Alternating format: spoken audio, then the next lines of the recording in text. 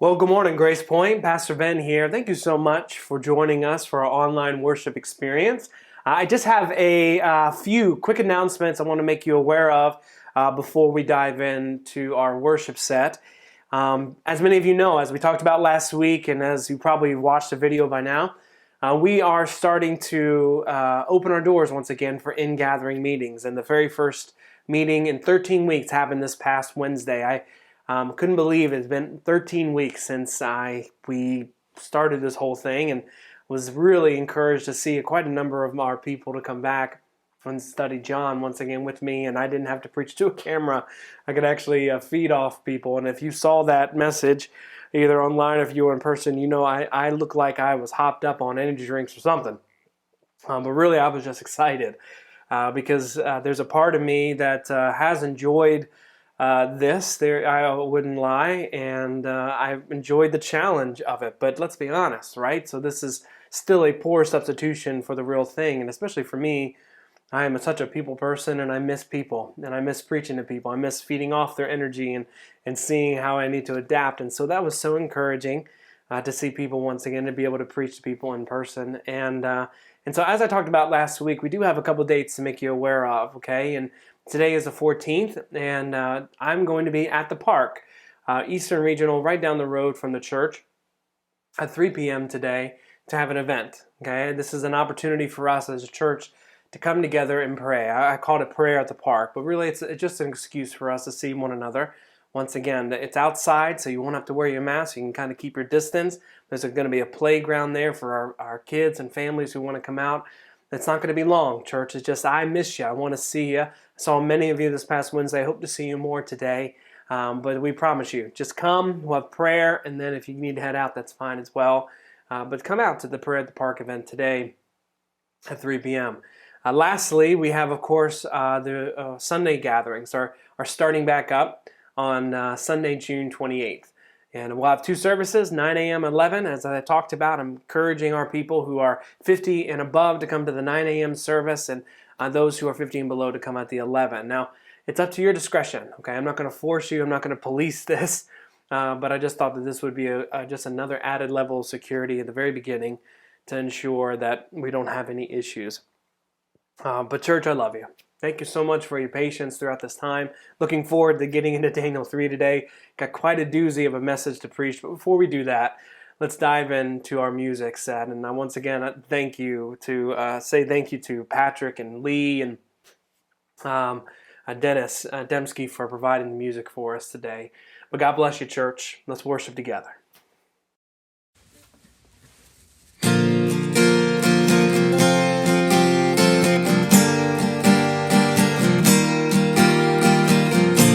Blessed be your name in the land that is plentiful, where your streams of abundance flow. Blessed be your name. Blessed be your name when I'm found in a desert place. Though I walk through the wilderness, blessed be your name. Every blessing you pour out, I'll turn back to praise. When the darkness closes in, Lord, still I will say, blessed be the name of the Lord. Blessed be your name. Blessed be the name of the Lord. Blessed be your glorious name. Blessed be your name when the sun's shining down on me, when the world's all as it should be. Blessed be your name. Blessed be your name on the road marked with suffering, though there's pain in the offering. Blessed be your name. Every blessing you pour out, I'll turn back to praise. When the darkness closes in, Lord, still I will say, blessed be the name of the Lord. Blessed be your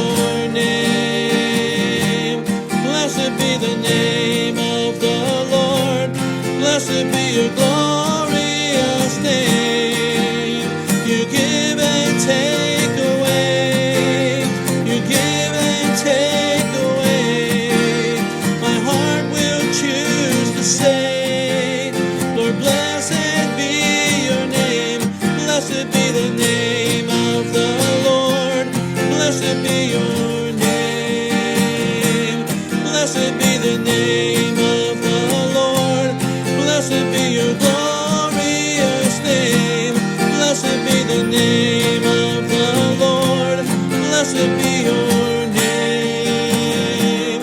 Blessed be the name of the Lord. Blessed be your glorious name.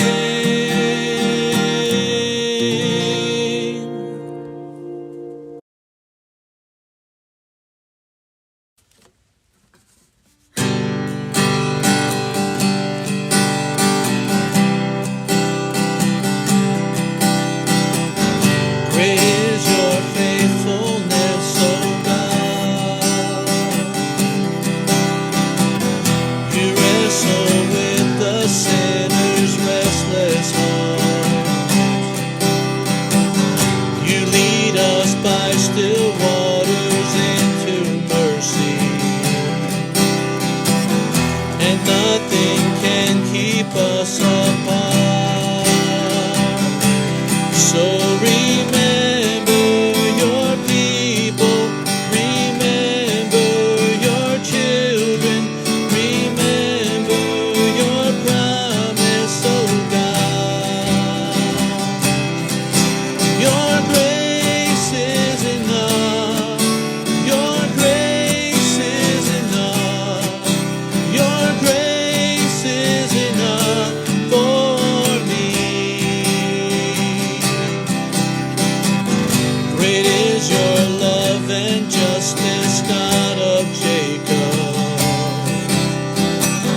You use the weak to lead the strong. You lead us in the song of your salvation, and all your people sing along. So remember your people, remember your children, remember your promise, oh God. Your grace is enough, your grace is enough, your grace is enough for me. Your grace is enough, heaven reaches out to us. Your grace is enough for me. God, I sing your grace is enough. I'm covered in your love. Your grace is enough for me. For me.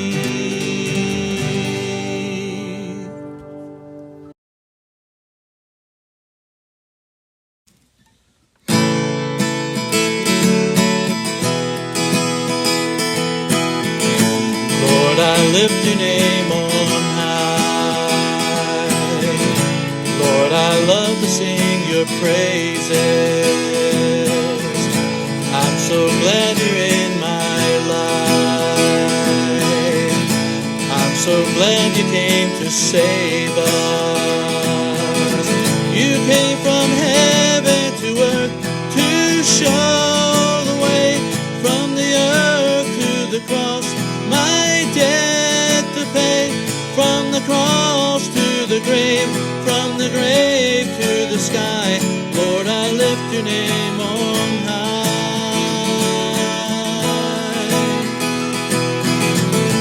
Lord, I lift your name on high. Lord, I love to sing your praises. I'm so glad you're in my life. I'm so glad you came to save us. You came from heaven to earth to show the way, from the earth to the cross, my debt to pay. From the cross to the grave, from the grave to the sky, Lord, I lift your name on high. You came from heaven to earth to show the way, from the earth to the cross, my debt to pay. From the cross to the grave, from the grave to the sky, Lord,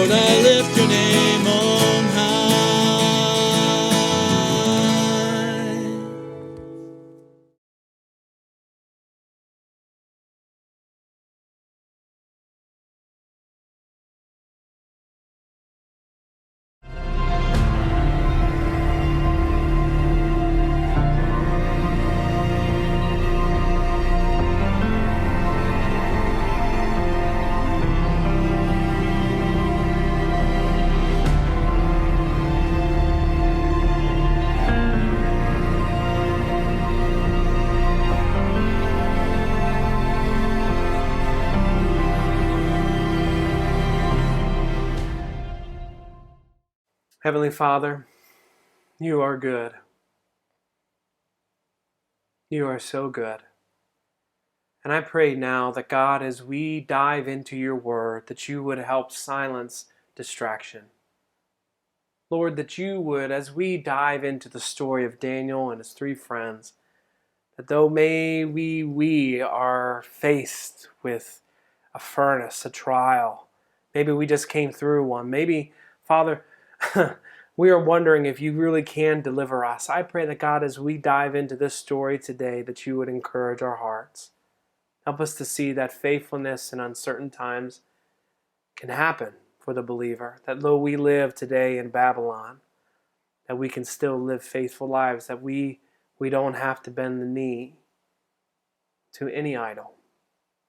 That our heart, our minds are consecrated.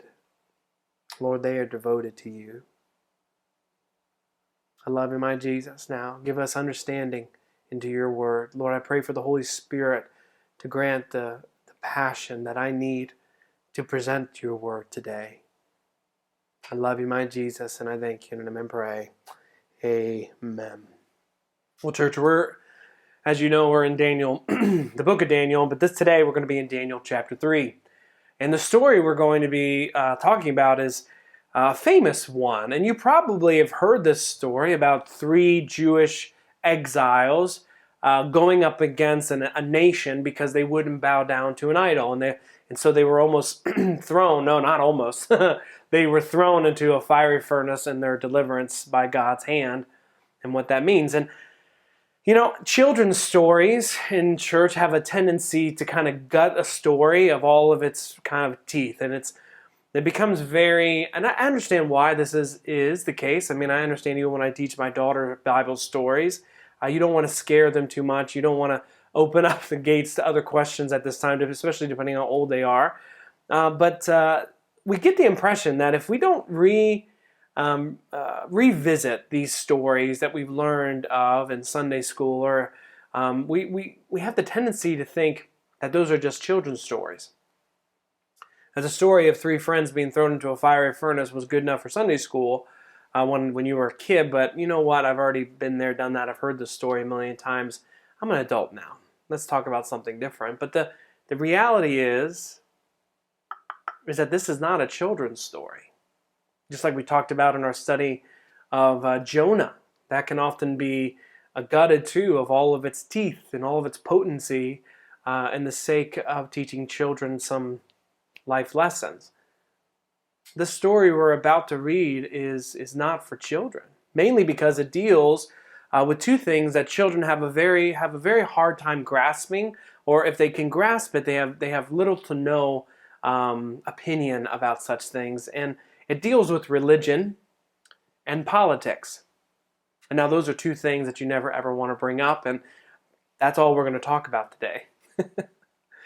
Even adults talk about children, but even adults vehemently avoid talking about such things in company of their friends or their neighbors because of the possibility of the controversy that would ensue because of it.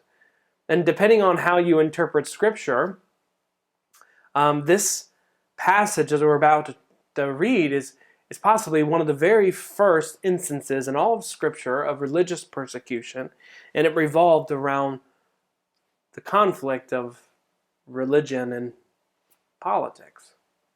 Now, in today's story, religion and politics come into play in the form of a statue. And you're thinking, okay, you know the story. Nebuchadnezzar makes this statue, and so the Jewish boys have to bow down before it. But this idol, like all idols at that time, represented some god. Now, at this time, most of the polytheists, the people who would have bowed down to this, they wouldn't have thought that chunk of stone or that piece of wood or gold or whatever was the actual god. It was just a representative of it. Now they would worship it, and they would try to feed it and bathe it and do a bunch of things for it, thinking that it was just in some way relaying their worship to some mystified god in the heavens. But more than that, you know what idols represented? They represented invisible principles. right? Just as they represented invisible gods, they also represented invisible principles, a nation's pride, if you will, right? Within that nation's pride encompassed their morals. It was represented their military might, their financial gains. When you looked at an idol in the ancient East, or anywhere for that matter, it wasn't just a religious symbol, it was a political symbol. We talked about this a couple weeks ago as well. This is why even in the Old Testament, a lot of times when the Jewish people would be conquered, all their stuff would be taken and thrown into their pagan temples. And it was a way to say that our political power, our nation is more powerful than your nation. Now, before we go all high and mighty thinking that, we don't do that anymore. We don't erect things to principles, right? There are no monuments that we bow down to. I would like to remind you that less than 60 miles south from here is a city that is filled with monuments.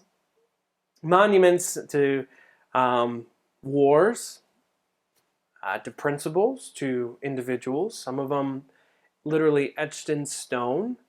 And though true, you're not going to find people bowing down, it's not going to be that obvious. But nevertheless, these items, these things stand as representatives of principles. Additionally, in a bay on Ellis Island in the heart of New York City stands Lady Liberty. It was a statue. It is a statue that's well over 300 feet tall. And it represents liberty. It represents democracy. It's a symbol of the free world. You see, religion and politics was as much a part of Daniel's day as it is in the life of us today. And true, as I said, we're not going to bow down to Lady Liberty, yet there are principles at play in politics that have as much pressure on us to obey and bow to social norms as Shadrach, Meshach, and Abednego when it came to bowing down before an idol. In fact, in the first century, Christians have been singled out because of their defiance of social norms. You see, what are we to do when politics encroach upon our religion? Shadrach, Meshach, and Abednego struggle with this, and Christians throughout history have struggled with this, right? Tacitus, right? This is a fantastic name. If you want a boy's name, if you're going to have another kid, you name your boy Tacitus, right? And he was a Roman historian who was investigating this kind of rise of the Christian cult. And at that time, I mean, there wasn't probably maybe 50,000 Christians in a Roman populace of over 60 million, right? So it was a small percentage. But nevertheless, this guy was sent to find out, what are these Christians all about? Are they a threat? Should they be dealt with? And he thought so. You see, he thought they were a threat not because of their incendiarism, right? That's a hard word to say. Incendiarism, terrorists, right? They weren't terrorists. They weren't destroying property, but you know what they were doing? They were pulling down kind of established social norms. They were anti-social terrorists. And you think to yourself, well, what do you mean? Well, Christians, when these Romans got saved, they became Christians, all of a sudden they stopped worshiping their deities. They stopped throwing coins. They stopped worshiping and praying to their gods. And it wasn't just, there was no such thing as a separation of church and state at this time. Church and state were one. Religion in Rome was also political power in Rome. And it was a social taboo. If you didn't worship the deities, all of a sudden you would probably garner wrath from them. And so Romans, not understanding what was going on, would get very angry, just like this Roman historian. They were often referred to as atheists. Christians were first called atheists by the first century because they thought they were anti-gods. You see, every human nation has had an unholy opinion of themselves. They don't like dissenters, right? And Christians were that, weren't they? Yeah, and you think to yourself, oh, we're better, but no, America's not much better. You see, among the many telltale signs that shows that this is a reality, the reality that a nation exalts itself above God, exalts itself before the image of God and the glory of God. One of the telltale signs that a nation has done that is the butchering and killing of people. When human life becomes dispensable, right? There's no value in human life. And if you're older than the age of 20, so if you were born before 2020, you were born in the bloodiest eras known to human history. And one of the best examples of that comes in World War II and Adolf Hitler and his Germany. And I don't need to tell you all the atrocities there. But I do want to tell you about a young man named Baldur von Sirach. Sirach? I'm not German. I can't say these German names, but it's like Sirach, all right? And this dude was the leader of Hitler's youth. And he became the leader of Hitler's youth at the tender age of 26 in 1933. And 3 years later, he was pushing all this Nazi propaganda and jamming it down the hearts and minds and throats of many of Germany's youngest and brightest. For 3 years, he had been doing this. And so he was interviewed at this time by the London Times. Now, this is pre-World War II, not very long, right? So Hitler invaded Poland, what was it, in 1939, I think? 1939? And so this was only 3 years before. But he was interviewed by the London Times about what is this Nazi philosophy. And he did a curious thing.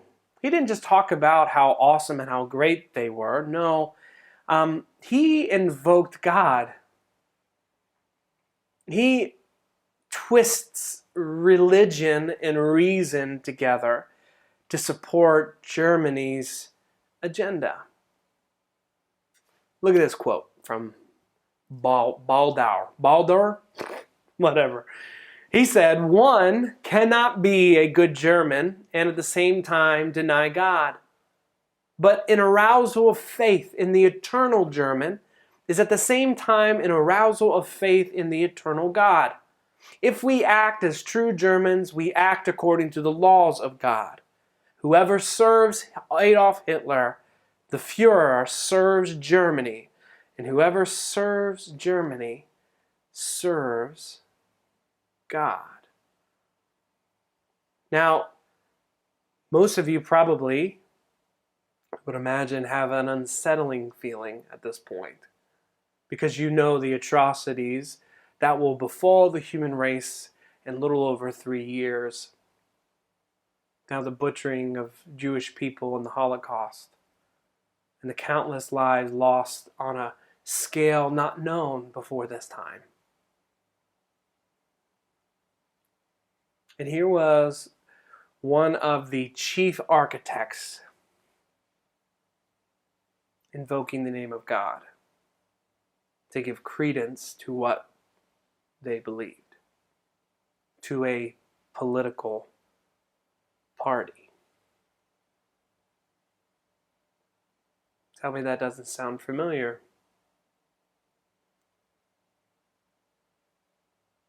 We see religion in the hands of a nation becomes a means to an end. Like a woman who marries only for wealth rather than love, a nation uses religion to amass power and not to promote piety. Every country erects idols to themselves and demands that others bow down and worship their greatness, to obey their greatness, because they have a divine mandate to rule. But the believer knows the difference.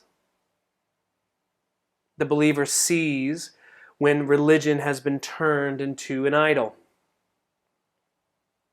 They see when it has been morphed and changed to suit a political party. The believer feels deep inside that something is really wrong with this situation. For the believer is not aligned with any earthly kingdom or any political party, though they are aliens in a foreign land. No, the believer aligns his heart and his worship to the one true King, the one who is willing and able to deliver them from death itself, if he so chooses. It is this King of Kings that a believer pledges their allegiance to. For them, there is no other choice. There is no right or left. There is only up. Because to give their devotion to any other may mean a comfortable life, to be sure, in the here and now, but to do so would also mean certain death at the hands of an eternal being that has the power to both kill the body and the soul. You see, so no, the story we're about to read today is not for children. And Surgeon General's warning, if you haven't guessed it already, this message is going to be hard for some to hear. At the very least, it was hard for me to write. I've been challenged to my core in things that I've perceived even in my own life and things I've said because of this passage. It is a challenge, and it is hard. It is a hard challenge. So, with that being said, how are we Christians supposed to act when political pressure would encourage us to go the opposite way? How does a Christian navigate the knife edge between politics and religion and remain faithful? Daniel chapter 3 provides an answer for us. So let's read. Daniel chapter 3. We're going to read the whole passage again today. It's not as long as last week's, but it's still good enough to read all the way through. Daniel 3, verse 1. Nebuchadnezzar the king made an image of gold, whose height was 60 cubits, and its width 6 cubits. That was 90 feet by 9 feet. I don't know why, even in our English Bibles, we're still using a term like cubits. I thought it was supposed to be a translation, but 90 feet by 90 feet. So, but this seems almost unbelievable. Like, I don't want to belabor. I'm not going to stop at every verse or every sentence to explain it. But many of you maybe even thought, holy cow, that's a massive statue, and you're right. But I would remind you, there are many things in the ancient world that kind of defy reason. We don't understand how they were made. You think of the pyramids. There's a famously, there's a Greek statue. Roughly, it was built or destroyed roughly 300 years before the time of Christ, called the Colossus of Rhodes, right? And that thing spanned over 100 feet, well above 90, and possibly spanned a mouth of a river, right, or of a jetty, right, coming into a harbor. And so it's perfectly plausible that this towering Babylonian behemoth actually existed. So the point is, though, right, 90 feet by 9 feet, this is massive statue. It's just that the feeling you're supposed to get is this is a little overwhelming. This is grotesque, right? And you're kind of supposed to feel like, dude, man, ego much, right? Do you, man, you got a big head, right? This is the point. Right? From the very first sentence, you're supposed to think, holy cow, Nebuchadnezzar is vain. So let's continue reading. He, Nebuchadnezzar, set it up in the plain of Dura, in the province of Babylon. And King Nebuchadnezzar sent word to gather, here we go, to gather together the satraps, the administrators, the governors, the counselors, the treasurers, the judges, the magistrates, and all the officials of the province to come to the dedication of the image which King Nebuchadnezzar had set up. So the satraps, the administrators, the governors, the counselors, the treasurers, the judges, the magistrates, and all the officials of the province gathered together for the dedication of the image that King Nebuchadnezzar had set up. And they stood before the image that Nebuchadnezzar had set up. Then a herald cried aloud, "To you it is commanded, O peoples, nations, and languages, that at the time you hear the sound of the horn, the flute, the harp, the lyre, the psaltery, and the symphony, with all kinds of music, you shall fall down and worship the gold image that King Nebuchadnezzar has set up. And whoever does not fall down and worship shall be cast immediately into the midst of a burning fiery furnace." So, at that time, when all the people heard the sound of the horn, the flute, the harp, the lyre, in symphony with all kinds of music, and all the peoples, nations, and languages fell down and worshipped the gold image which King Nebuchadnezzar had set up. Therefore, at that time, certain Chaldeans came forward and accused the Jews. They spoke and said to King Nebuchadnezzar, "O king, live forever." That's the good advice. Every time you need to come talk to a king, that's a good way to address. Again, he's vain, right? He's already puffed up and just played to his vanity a little bit more. They say, "O king, live forever. You, O king, have made a decree that everyone who hears," here we go again, "hears the sound of the horn, the flute, the harp, lyre, psaltery, and symphony with all kinds of music, shall fall down and worship the gold image. And whoever does not fall down and worship shall be cast into the midst of a burning fiery furnace." The king is probably like, "Yeah, I know, I wrote the decree. Why are they bringing this up?" Verse 12. "There are certain Jews whom you have set over the affairs of the province of Babylon, Shadrach, Meshach, and Abednego. These men, O king, have not paid due regard to you. They do not serve your gods or worship the gold image which you have set up." Dun dun dun. Conflict is interjected into the narrative. Now, once again, are we seeing these Jews picketing, protesting, rioting? No.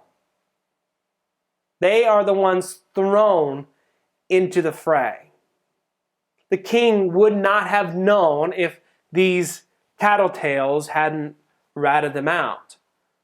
But here we find the Babylonians goaded on by their ethnic prejudice and professional jealousy, and they seek to destroy those they deem inferior.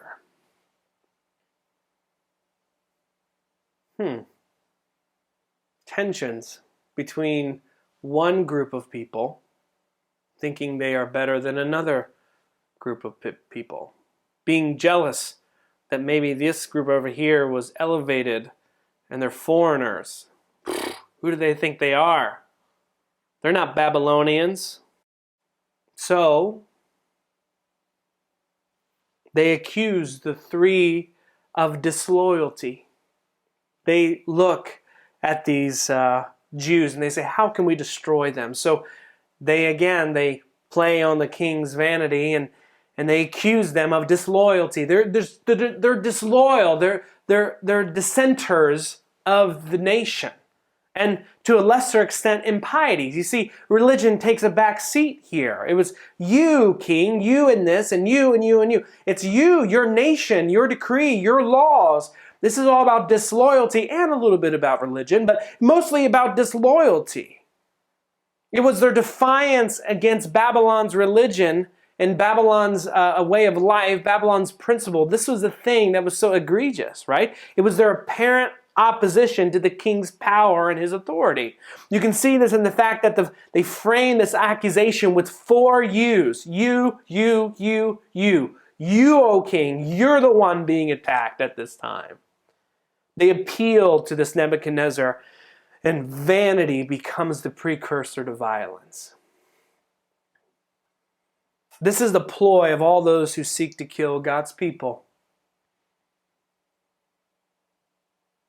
Listen well, church. This is the ploy of all those who seek to kill God's people. In history, there was one Roman executioner. Really, we call him an investigator, historians, but he really was an executioner. His name went by the name of Pliny. Again, another great boy's name. And he was sent to learn more about the cult of the Christian, not unlike Tacitus, right? And he sniffed out these Christians, and he interrogated them to learn more about their beliefs and to see if they were a threat. He concluded that, in fact, they were. And so he would give them a choice. Not unlike the choice that Shadrach, Meshach, and Abednego are about to be given. Either renounce Christ, Pliny says to these first century believers, renounce Christ and live, or resist and die. Now, according to his notes, and they survived all these millennia, thousands of years? What is it? I don't know. I'm not going to stop this and try to figure it out.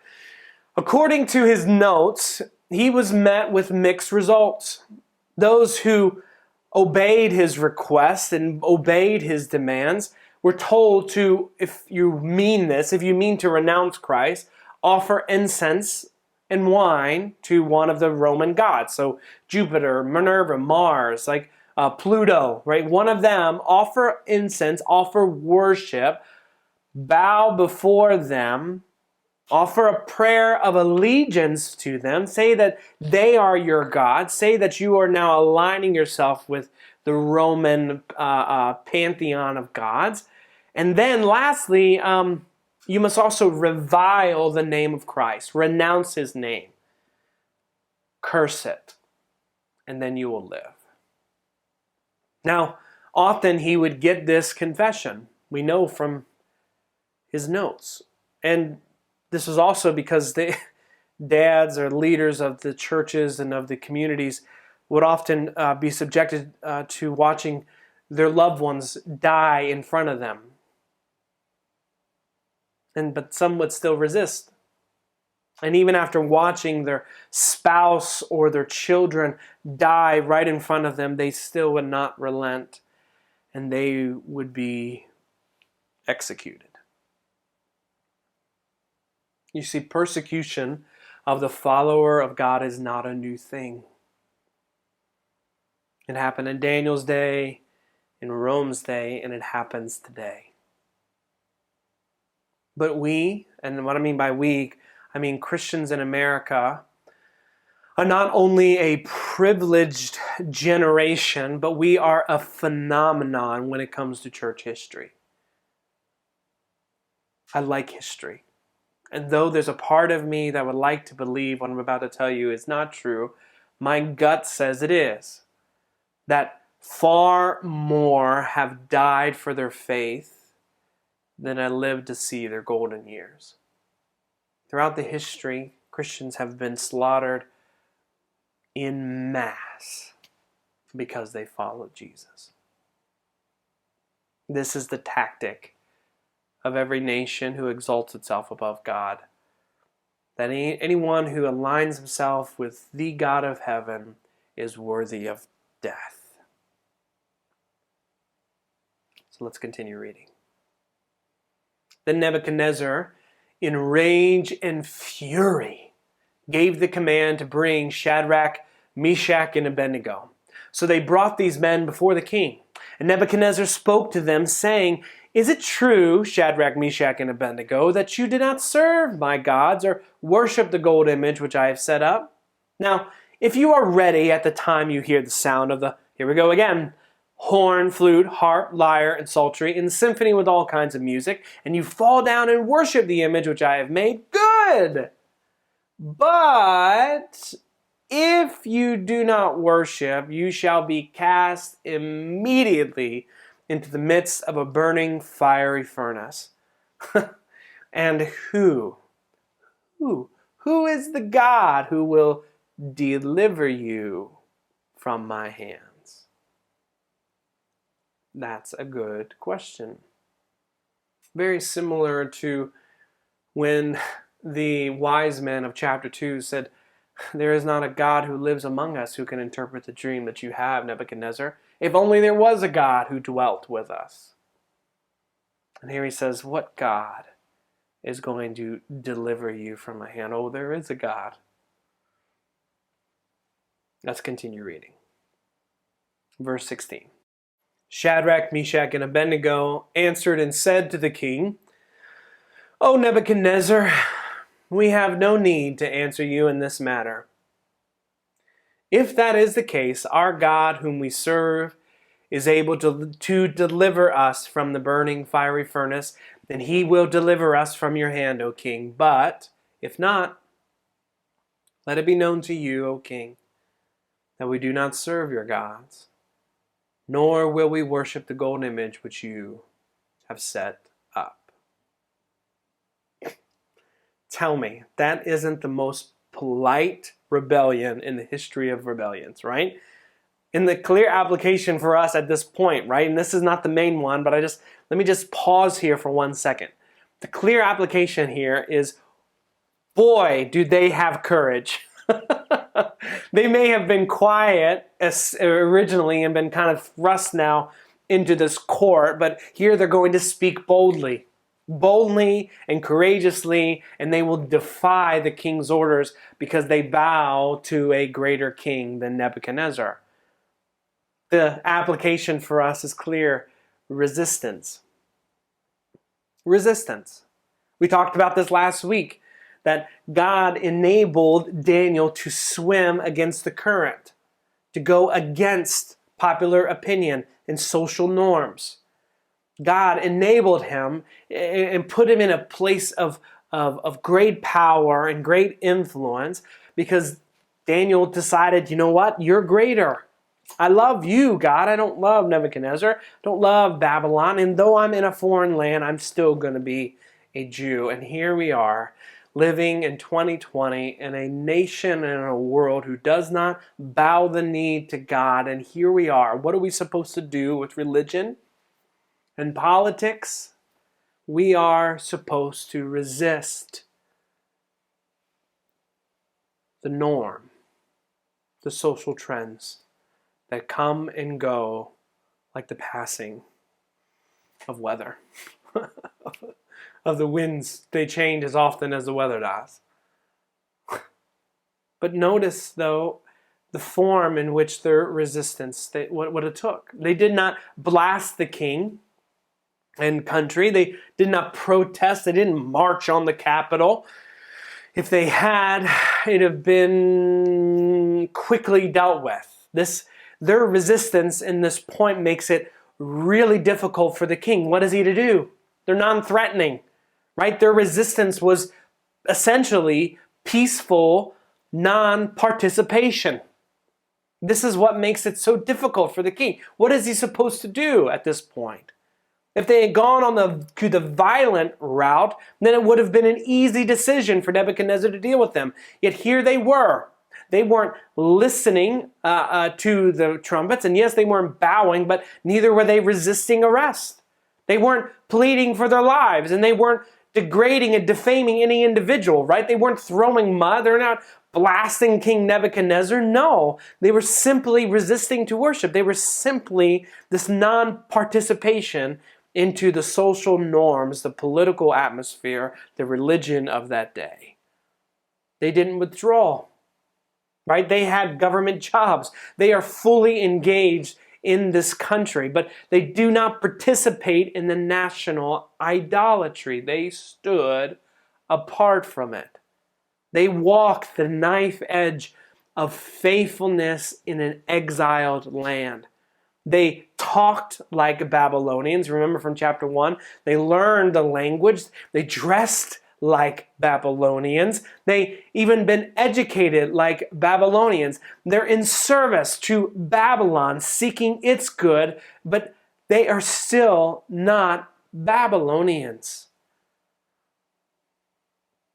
This is what is known in theological terms and circles as a political theology. We as Christians seek the best for whatever country or for whatever nation we live in.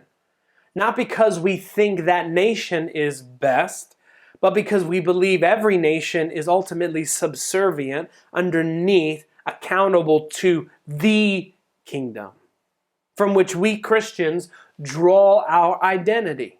Remember what I said, we're not party on the left, we're not party on the right, we're not party in the middle, we're the party of above.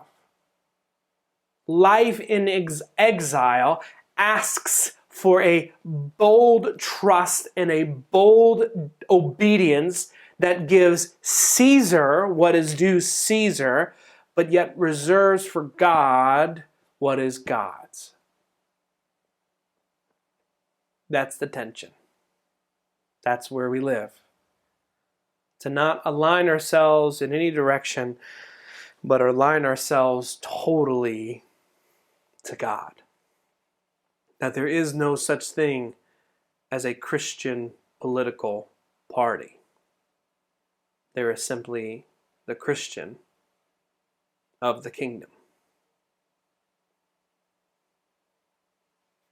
So what happens in our story? Then, verse 19, Nebuchadnezzar was full of fury. He was angry. And the expression on his face changed. It morphed. It turned toward Shadrach, Meshach, and Abednego. And now, this is a notoriously difficult phrase to translate from the Hebrew, right? And some translations have it, his attitude changed, which is also right. So which was it? Was it his attitude or his countenance? And the idea is the same. The word is image, to selam, right? And it's literally his image, everything about him, all of his composure morphed, changed. And there's a little bit of humor at this point, right? This king made an image so that all his subjects, image bearers, right, images themselves, would bow down to the image. Yet here there are three Hebrews who he cannot control. He can control. He's supposed to be king. No, he is top dog. No one is above him. He is supreme ruler of everything.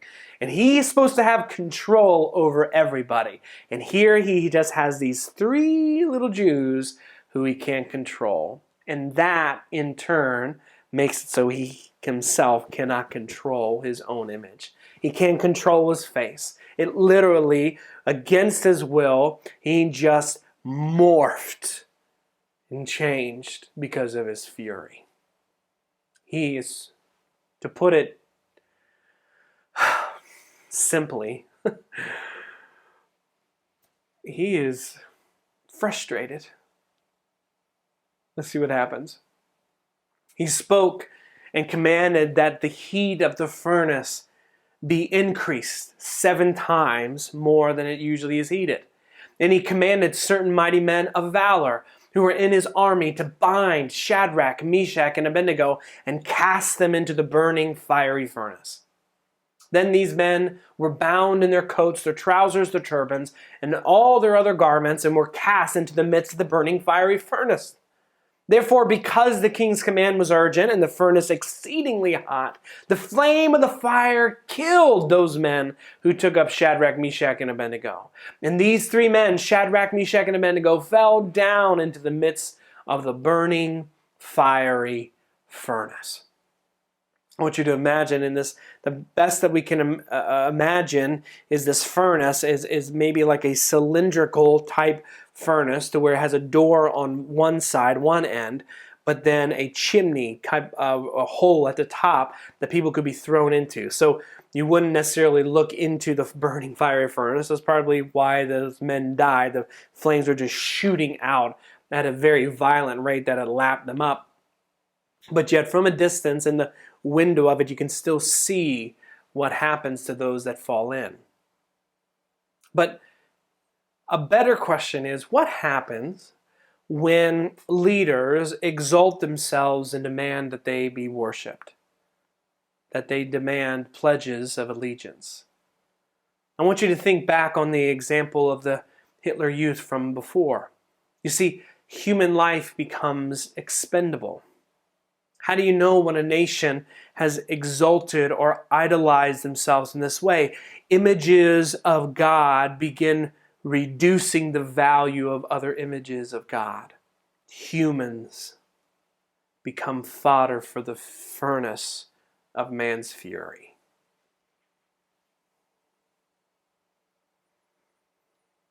Let's continue reading. Verse 24.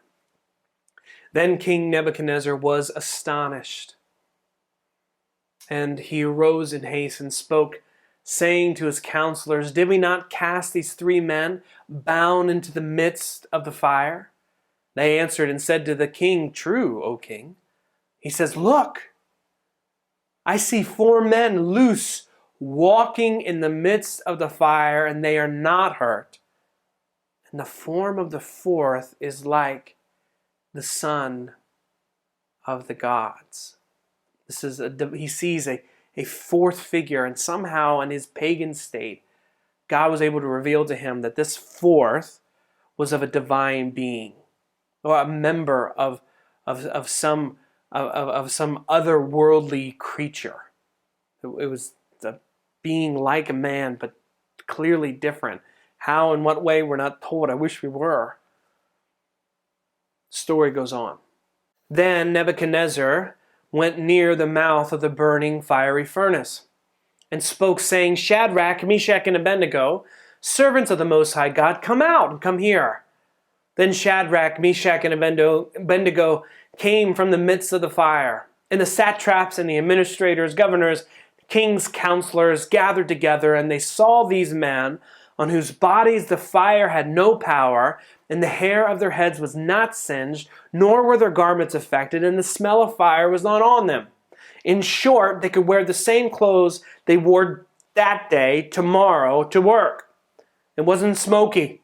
It wasn't in any way damaged. Nothing about them was burned except the very bonds with which they were bound. And what does he say? What is the response? The fury of this king was turned into curiosity. Now that curiosity turns into worship. Verse 28. Nebuchadnezzar spoke, saying, "Blessed be the God of Shadrach, Meshach, and Abednego, who sent his angel and delivered his servants who trusted in him. And they have frustrated the king's word and yielded their bodies that they should not serve nor worship any god except their own God. Therefore I make a decree that any people, nation, or language which speaks anything amiss against the God of Shadrach, Meshach, and Abednego shall be cut in pieces, and their houses shall be made an ash heap, because there is no other God who can deliver like this." Then the king promoted Shadrach, Meshach, and Abednego in the province of Babylon. The king asked, "What God can deliver you from my hand?" Well, the God who can deliver showed up. Nebuchadnezzar got his answer. But what are we to learn from this? We've already talked briefly about a few things, but I want to draw your attention just to 3 characteristics, 3 principles, 3 observations from this passage.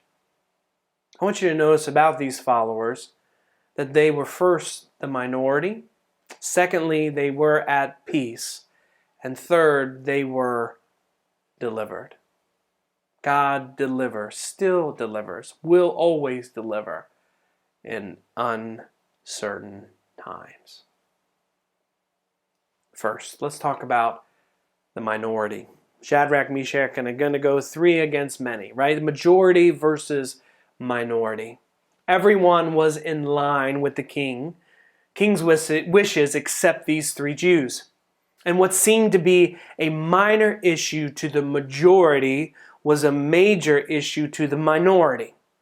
Why was it so? Because for the Jew, few things were more forbidden than idol worship. They are being told to demote their God, the one who created them, by not giving that God, his exclusive worship. And they would not do that. But they weren't in Israel anymore, right? They were surrounded by the worship of idols. And in fact, to highlight the sheer size of the opposition to these followers of God, Daniel, when writing this account, list the officials 3 times. Remember how it was like, Pastor, just skip over this. No, I read it all, even though it was like, right? Because that was Daniel's point, to highlight these lists of officials, these lists of musical instruments. Every time he did this, he was trying to raise the stakes of the opposition against these 3 Hebrew exiles. Even the musical instruments listed, that Daniel listed and that were being played at this time, were even foreign against Israel. Furthermore, they were not thrown simply into a furnace, but they were thrown into a superheated furnace. And they were thrown into that furnace not by just everyday soldiers or run-of-the-mill soldiers. They were thrown into the fiery furnace by the best of the best. The Green Berets, the Navy SEALs, right? The top guns of Babylon. These were the top of the top, and here they were being thrown into the fiery furnace, right? I mean, talk about a low-level job, but nevertheless, here they were. The king, the people, the music, the military, and even the very elements themselves have arrayed themselves against these Jewish exiles. From Nebuchadnezzar's perspective, they were nothing more than 3 lone reeds in defiance, standing in defiance against his encroaching storm of wrath and fury and power. He would knock them down. He would uproot them if he must, and for their defiance, for their resistance. All would bend beneath the mighty power of his gale force winds or be thrown to the utter reaches of destruction. Little did Nebuchadnezzar know that these 3 lone reeds were secured in the bedrock of God's presence. They could not be moved. Nebuchadnezzar's cry was, "Conform or be consumed." The Jews' reply was, "We are already consumed, and we will not be conformed to another." They knew their Bibles well. You see in Leviticus chapter 18, the Bible says that you shall not do as they do in the land of Egypt, or maybe in the land of Babylon where you lived. You shall not do as they do in the land of Canaan, to which I'm bringing you. You shall not walk in their statutes. You shall follow my rules and keep my statutes and walk in them. I am the Lord your God. You shall therefore keep my statutes, my rules. If a person does them, he shall live by them, and I am the Lord. You see, they had one Lord and one King, and they would only bow the knee to him. Be it in Egypt, Babylon, or America, we are not to bow to the pressures of the majority, but we are to bend our knee to the heavenly minority, to an image unlike anything we've ever seen here on earth. Romans chapter 8 verse 28 says this, "And we know that all things work together for good to those who love God and to those who are called according to his purpose." Do you really think at this moment before they're thrown into the fiery furnace that could be called good? Yes. Because they were doing it not for themselves and not for even a future resurrection, which we'll talk about in a second. They were doing it solely for the glory and honor and respect of God. All things work together for good to those who do things for God's glory. For whom he did foreknow, he also predestined to be conformed to the image of his Son. Not to Nebuchadnezzar's image, not to the image here in our world, in our nation. No, be conformed to the image of Christ, that he might be the firstborn among many brethren. Moreover, whom he predestined, these also he called. Whom he called, these also he justified. And whom he justified, these also he glorified. Do you realize that in our story, this is exactly what happened? Shadrach, Meshach, and Abednego, they cared more for the glory of God And yes, they were thrown into the fiery furnace, and God got the glory. But in God getting the glory, they too were glorified. Paul picks up this theme again later in Romans. And it is at this point that I find it hard to imagine that he had any other story on his mind and on his heart when he penned these following words. Romans chapter 12, verse 1 says, I beseech you therefore, brethren, by the mercies of God, that you present your bodies a living sacrifice, wholly acceptable to God, which is your reasonable service. So, living sacrifice being thrown into a fiery furnace, that's just reasonable. That's just par for the course. He goes on, he says, and do not be conformed to this world, but be ye transformed by the renewing of your mind, that you may prove what is that good and acceptable and perfect will of God. Do you think there was any doubt as to whether or not God had some power and some control over the events after Shadrach, Meshach, and Abednego walked out of the furnace unharmed? God's will is absolute. Jesus said in Matthew chapter 7, verses 13 through 14, that the gate leading to destruction is wide and the way is easy. So much so that there are many who enter in, whereas the gate leading to life is narrow and the way is hard. And those with the courage to enter that gate are few and far between. You see, there are no car jams on the way to the furnace. But sometimes for the Christian, the furnace is on the way to heaven. Few take that route, but those who do will find that the end is well worth the journey it took to get there.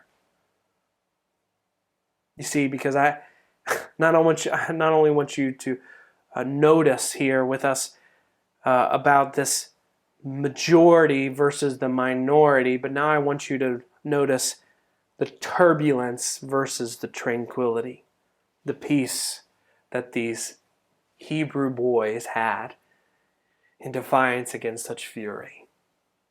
As we've already mentioned, the king was very countenance, his very image, his very posture, everything about him could not be controlled, which then mirrored how his own inability to control these three apparently Jewish slaves. In fact, so far in the book of Daniel, we've noticed that Nebuchadnezzar is actually not really in control of much of anything. He was the one who's supposed to be in control, and many times, even in 3 short chapters, it's proven he is out of control. He is a rash tyrant with a Napoleon complex that is often in fits of rage, and with sometimes that rage is even directed not just at Jewish boys, but also at his own court. He is not only paranoid that the people around him lied to him, right? We talked about that last week. He wanted them to tell him his dream to prove that they are going to be speaking the truth, right? But he was paranoid. People were just going to lie to him. He was just wondering who it was in the shadows going to try to undermine his authority. He is vain to the point that he's required all the people around him, all of his leadership, to bow down to him. He's unhinged. He's an unhinged adult baby who is in temper tantrums, and he's moving about and trying to command the deaths of 3 innocent people. His emotions are as predictable as the weather. His mind is in a constant state of turbulence, so much so that when it meets the tranquility of the Jewish boys, when it meets the impasse of this embodiment of peace and solidarity, it cannot resist but to try and break through. Shadrach, Meshach, and Abednego were buffeted by not only the fires of the furnace, but a furious king that stood against him. Isaiah, when I'm reading this passage, I think of Isaiah chapter 26, where the prophet writes that we have a strong city. God will appoint salvation for walls and bulwarks. I can't talk tonight. Open the gates, Isaiah says, that the righteous nation which keeps the truth may enter in. And then he says, you will keep him, the one who trusts in God, the one who rests his heart in the hands of God. You will keep him in perfect peace, whose mind is stayed on you, because he trusts in you. Trust in the Lord God, he says. For in Jehovah the Lord is everlasting strength. Literally, the Hebrew there is an everlasting stone. The heart of the believer is not swayed by the fury of the world. Tranquility is a state to which all true followers of God abide. Paul tells us that anxiety, worry, and concern are obliterated within the furnace of prayer. Philippians chapter 4. Only then, when our turbulent lives are given over to a sovereign king, and that it is then that our heart experience a peace which defies reason and reality. This kind of stillness, this kind of tranquility and serenity, this kind of peace that no amount of thinking, no amount of study can fully explain the peace that comes to the believer. This peace surpasses all human understanding, yet Paul tells us that it will nevertheless, this peace which secures our heart, it stands as a safeguard protecting us, protecting our minds, protecting our hearts and our minds. Psalm 27 verses 1 through 3 says, the Lord is my light and my salvation, whom shall I fear? The Lord is the stronghold of my life, of whom shall I be afraid? When evildoers assail me to eat my flesh, my adversaries and foes, it is they who stumble and fall. Though an army encamp around me, my heart shall not fear. The war arise against me, yet I will be confident. I will be courageous. These three Jews had more courage in the deliverance of their God, in the confidence of their God, than they had in the fear of this king. What resulted was a curious thing. Through their courageous actions, God quenched the fiery furnace and cooled a furious king. But thirdly and lastly today, not only talk about the majority versus the minority, I not only talk about the tranquility versus this turbulence, I want to talk about death versus deliverance. As you notice in the story, it was just a blip on the narrative.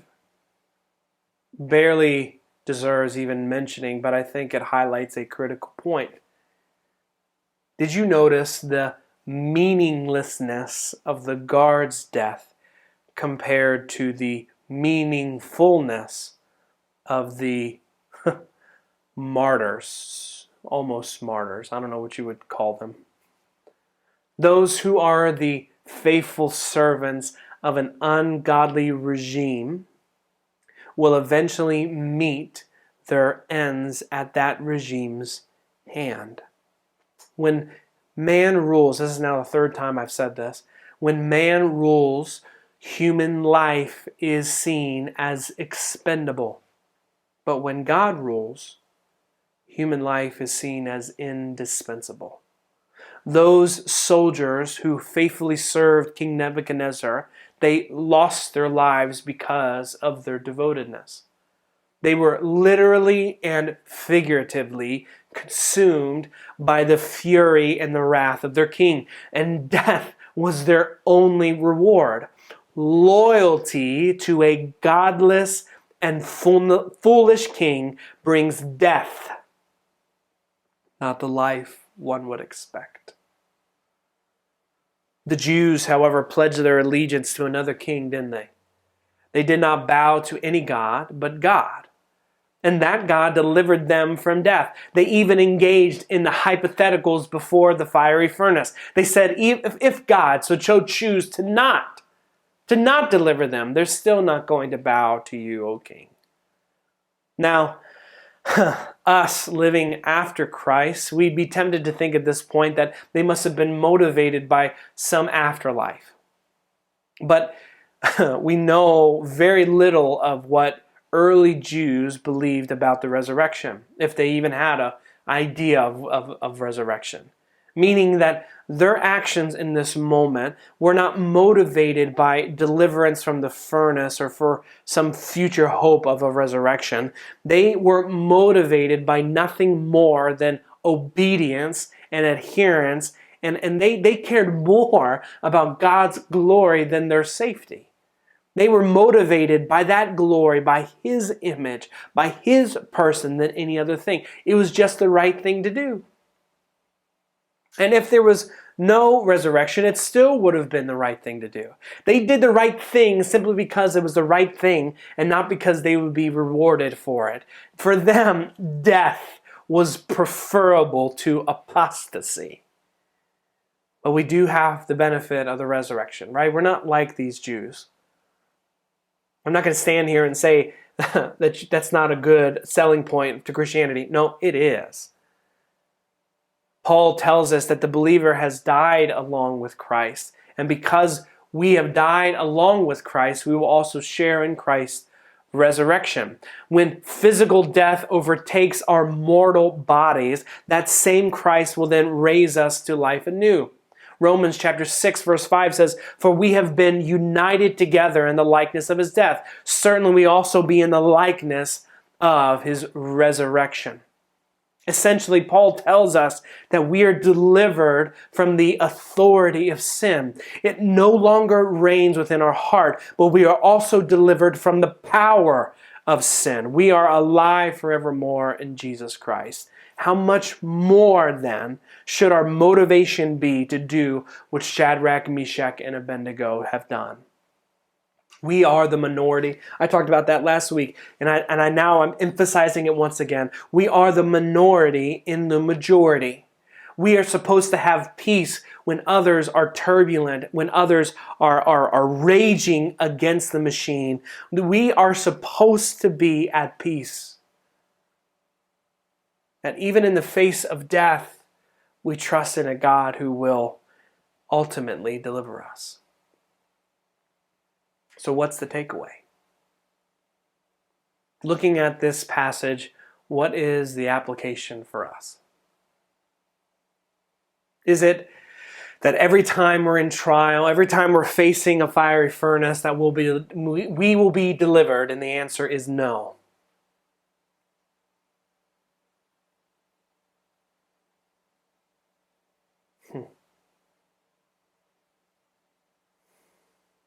God's deliverance does not take the form of the avoidance of trials.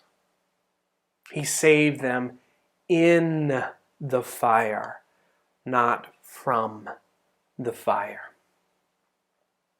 God's deliverance is found in His personal presence with us, within those very same trials.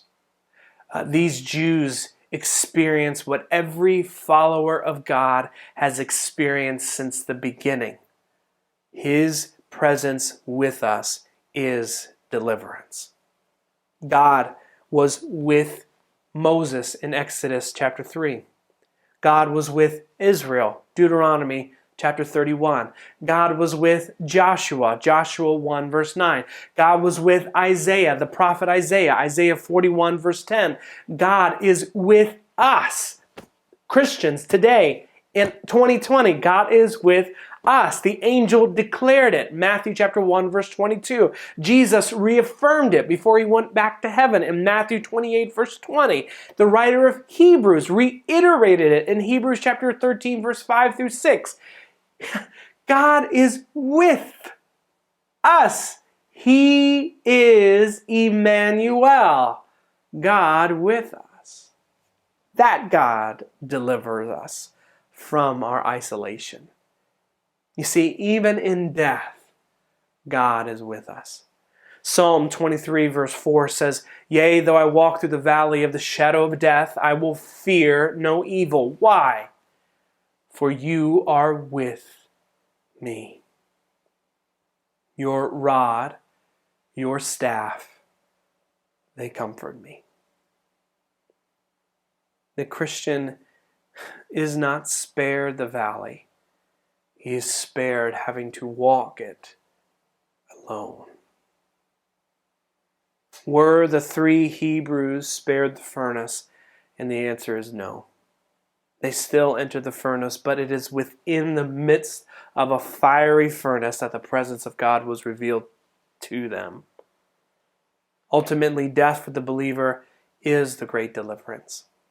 Paul, on more than one occasion, mused about how death was preferable to life. Colossians 5 verse 8. In fact, he went so far as to say that death was gain and not a loss in Philippians chapter 1 verse 21. Why in the world would he say such a thing? Was he suicidal? Was he just crazy? No, he wasn't suicidal. He had experienced true revival. He is the one who says, listen, remember Jesus? He's the one who conquered death. He is the Lord of death. He is sovereign over death itself. He has secured life for us all. Just stop for a moment and let that sink in. Teeth. The teeth of death have been blunted. Its stinger has been ripped out. Greater is the hope of Christ than the fear of the grave. Jesus Christ offers us deliverance from our own fears. We stand in peaceful defiance along with Shadrach, Meshach, and Abednego because no one can threaten us with heaven. But if we're not careful, we'll find ourselves bowing down to the idol of self, bowing down to the idol of a political party or a nation, bowing down